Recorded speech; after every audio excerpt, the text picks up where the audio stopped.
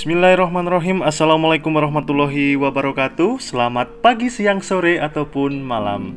Kembali lagi dengan saya di channel kita yang tercinta ini. Pada kesempatan kali ini kita akan belajar lagi terkait dengan materi pemilu. Nah, sebelum kita mulai, seperti biasa saya mendoakan kepada teman-teman semoga selalu mendapatkan perlindungan dari Allah Subhanahu wa taala, selalu mendapatkan kebahagiaan dan selalu dimudahkan dalam setiap langkah-langkahnya. Amin. Oke, teman-teman semuanya, pada materi hukum pemilu. Jadi pada pertemuan ke-7 itu kebetulan materinya terkait dengan pemilihan umum DPRD, DPD, kemudian presiden dan wakil presiden, sehingga saya beri judul Pemilu dalam Rezim Undang-Undang Nomor 7 Tahun 2017. Nah, materi yang akan kita sampaikan atau yang kita diskusikan nanti tentunya terkait dengan dasar hukum, kemudian sistem yang digunakan, ada juga parliamentary threshold, kemudian juga ada district magnitude atau kemudian daerah pilihnya, perhitungan perolehan kursi, dan penghitungan calon jadi. Terkait penghitungan mungkin nanti akan saya bikinkan video tersendiri karena mungkin untuk kegiatan hitung berhitung membutuhkan konsentrasi tingkat tinggi sehingga tidak nyaman kalau dijadikan satu di sini. Oke, untuk video kali ini hanya terbatas pada pemilihan DPR, DPD, dan DPRD saja. Oke, kita mulai. Pemilihan legislatif.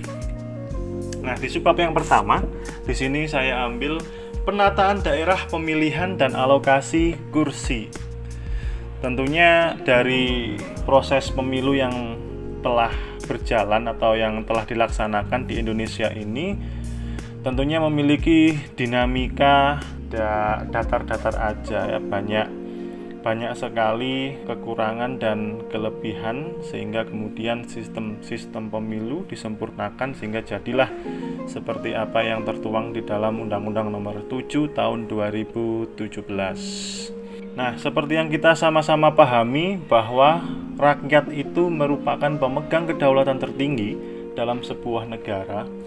Karena rakyat itu dia memiliki otoritas, dia memiliki kewenangan, memiliki kekuasaan secara penuh untuk menentukan siapa yang akan memerintah berdasarkan sistem yang telah ditetapkan ya.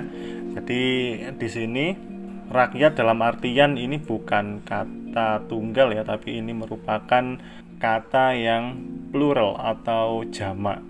Jadi di sini rakyat bisa menentukan siapa nantinya yang akan menjadi presiden dan wakil presiden, dan kemudian siapa juga yang akan duduk di dalam kursi parlemen, baik itu DPR, DPD, dan DPRD. Kemudian juga ada yang namanya daerah pemilihan atau dapil. Kalau kita kenalnya itu namanya biasanya singkatannya itu dapil. Dapil itu dibuat untuk mempermudah rakyat untuk menentukan pejabat politik untuk mewakili suatu wilayah. Nah, ini nanti juga akan memiliki pengaruh juga terhadap perolehan suara nasionalnya nanti. Karena partai politik dituntut untuk lolos dalam ambang batas parlemen ya. Jadi nanti partai politik mana yang kemudian lolos itu harus bisa melampaui dari ambang batas parlemen yang diatur di dalam undang-undang itu ditetapkan sebanyak 4%. Nah, ini berbeda ya dengan presidensial threshold. Nah, saya lanjutkan dulu terkait dengan alokasi kursi. Itu didasarkan pada prinsip dasar demokrasi, yakni kesetaraan suara. Nah, jadi teman-teman dan yang nonton, terkait dengan kesetaraan suara ini, misalkan suara yang diberikan presiden, misalkan Pak Jokowi misalkan milih di bilik suara, Nah, itu nilainya sama dengan teman-teman yang nyoblos di bilik suara juga, sama-sama memiliki nilai 1 gitu. Jadi mentang-mentang presiden nanti nilainya 2, enggak, sama nilainya, semuanya 1 suara ya, jadi nilainya sama. Nah, pada konteks sejarahnya, jadi setiap kursi yang dialokasikan itu tadi, setiap daerah itu memiliki harga atau jumlah suara yang bervariasi. Ya, ini bisa dimaknai karena jumlah penduduk kemudian luas wilayah itu juga kemudian menjadi pertimbangan dalam penentuan kursi atau alokasi kursi di setiap daerahnya. Nah, jadi pertimbangannya itu ada jumlah pemilihnya atau jumlah penduduknya ya, yang telah memiliki hak untuk memilih. Jadi dihitung berapa, kemudian dipertimbangkan juga dengan luas wilayahnya. Nah, sehingga kalau bahasa kasarnya pengalokasian kursi itu kemudian bisa dianggap sebagai kompromi antar elit dalam menentukan alokasi kursinya. Nah, saya lanjutkan. Kemudian di slide kelima itu ada penataan daerah pemilihan dan alokasi kursi. Nah, seperti yang saya bilang tadi bahwa pertimbangan menentukan besaran dapil itu adalah jumlah penduduk dan luas wilayah, terutama tingkat kepadatannya. Penyusunan daerah pemilihan itu didasarkan pada pasal 185 Undang-Undang Nomor 7 Tahun 2017 tentang Pemilu. Yang mana di situ ada yang namanya kesetaraan nilai suara, ketaatan pada sistem pemilu, kemudian proporsionalitas, integralitas wilayah, berada dalam cakupan wilayah yang sama, kohesivitas, dan kesinambungan. Nah, untuk penjelasannya, mari kita lihat pada penjelasan Undang-Undang Nomor 7 Tahun 2017 tentang Pemilu. Untuk penjelasannya nanti teman-teman silahkan buka ya di penjelasan, itu di pasal 185 huruf A sampai dengan huruf G.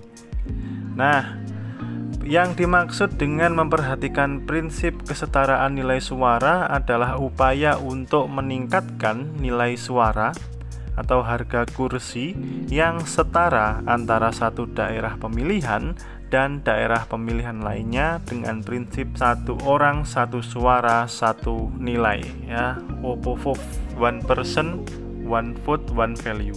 Huruf B yang dimaksud dengan memperhatikan prinsip ketaatan pada sistem pemilu yang proporsional adalah ketaatan dalam pembentukan daerah pemilihan dengan mengutamakan jumlah kursi yang besar agar persentase jumlah kursi yang diperoleh setiap partai politik setara mungkin dengan persentase suara sah yang diperoleh. Huruf C yang dimaksud dengan memperhatikan prinsip proporsionalitas adalah kesetaraan alokasi dengan memperhatikan kursi antar daerah pemilihan agar tetap terjaga perimbangan alokasi kursi setiap daerah pemilihan. Huruf D yang dimaksud dengan memperhatikan prinsip integralitas wilayah adalah memperhatikan beberapa provinsi, beberapa kabupaten atau kota atau kecamatan yang disusun menjadi satu daerah pemilihan untuk daerah perbatasan dengan tetap memperhatikan keutuhan dan keterpaduan wilayah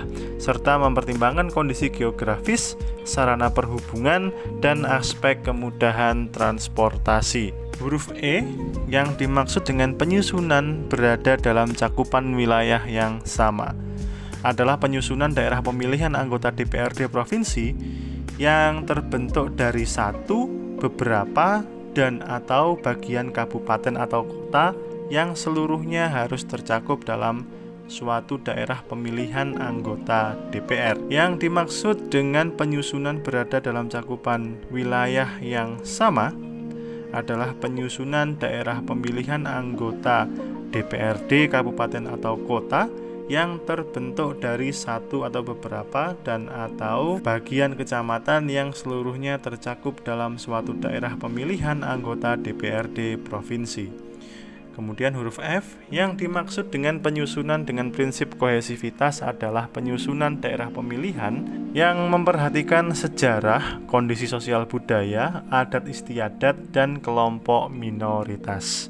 Yang terakhir, penyusunan dengan prinsip kesinambungan adalah penyusunan daerah pemilihan dengan memperhatikan daerah pemilihan yang sudah ada pada pemilu tahun sebelumnya, kecuali apabila alokasi kursi pada daerah pemilihan tersebut melebihi batasan maksimal alokasi kursi setiap daerah atau apabila bertentangan dengan keenam prinsip di atas. Nah, itu tadi ya yang saya bacakan terkait dengan penjelasan pasal 185 Undang-Undang Nomor 7 Tahun 2017 tentang pemilu. Di slide ke-6, slide selanjutnya, di situ saya tuliskan penetapan jumlah suara berdasarkan undang-undang. Dari 38 provinsi yang saya update pada tanggal 30 Maret 2023, untuk DPR ditetapkan 575 kursi. Untuk DPD 4 untuk setiap provinsinya. Kemudian DPRD kuotanya 35 sampai dengan 120 kursi, di mana setiap daerah provinsi itu berisi 3 sampai dengan 12 kursi yang terdiri atas kota atau kabupaten yang berdiri sendiri atau gabungan dari beberapa kota atau kabupaten. Kemudian untuk DPRD kabupaten atau kota itu diberikan kuota 20 sampai dengan 55 kursi, di mana di setiap daerahnya itu diberikan alokasi 3 sampai dengan 12 kursi. Ya, yang dilihat dari kecamatan atau gabungan dari beberapa kecamatan. Nah, untuk alokasi kursi per dapil menggunakan sistem OPOVOV, one person, one vote, one value. Nilai setiap suara dari pemilih adalah sama, di mana dasar dari OPOVOV itu berada di pasal 27 Undang-Undang Dasar Negara Republik Indonesia tahun 1945, di mana segala warga negara bersama kedudukannya dalam hukum dan urusan pemerintahan dan wajib menjunjung hukum dan pemerintahan itu dengan tidak ada kecualinya. Terkait dengan pedoman penghitungan alokasi kursi, yaitu bisa teman-teman baca pada pasal 191 Undang-Undang Nomor 7 Tahun 2017, di mana itu ada 7 tahapan untuk kemudian menghitung alokasi kursi. Nah, ini dia yang menarik. Partai politik harus bisa memenuhi ambang batas paling sedikit 4% dari jumlah suara sah secara nasional untuk diikutkan dalam penentuan perolehan kursi anggota DPR. Nah, ketika pemilihan atau pemilunya sedang berlangsung, berarti pada saat berada di dalam bilik suara, kemudian suaranya telah dihitung, maka kemudian partai-partai politik akan langsung mengkalkulasi kiranya berapa jumlah suara yang dia peroleh. Apakah nanti kemudian lolos dari ambang batas 4%. Kalau sebuah partai politik lolos dari ambang batas parlemen 4%, maka dia berhak ikut dalam penentuan perolehan kursi anggota DPR. Nah, namun tidak hanya berhenti di situ saja. Ketika sebuah partai politik atau satu partai politik berhasil lolos, tentunya dia masih akan menghitung lagi apakah dia nanti akan dapat kursi atau tidak. Nah, perhitungan jumlah kursinya atau kemudian konversi suara menjadi kursi, nah itu akan saya bahas dalam video tersendiri. Nanti itu menggunakan metode André Seinlich yang merupakan ahli matematika asal Perancis, yang mana metode ini ditemukan pada tahun 1910. Nah, mungkin itu dulu untuk materi pemilihan legislatif. Nanti akan kita sambung ke part berikutnya.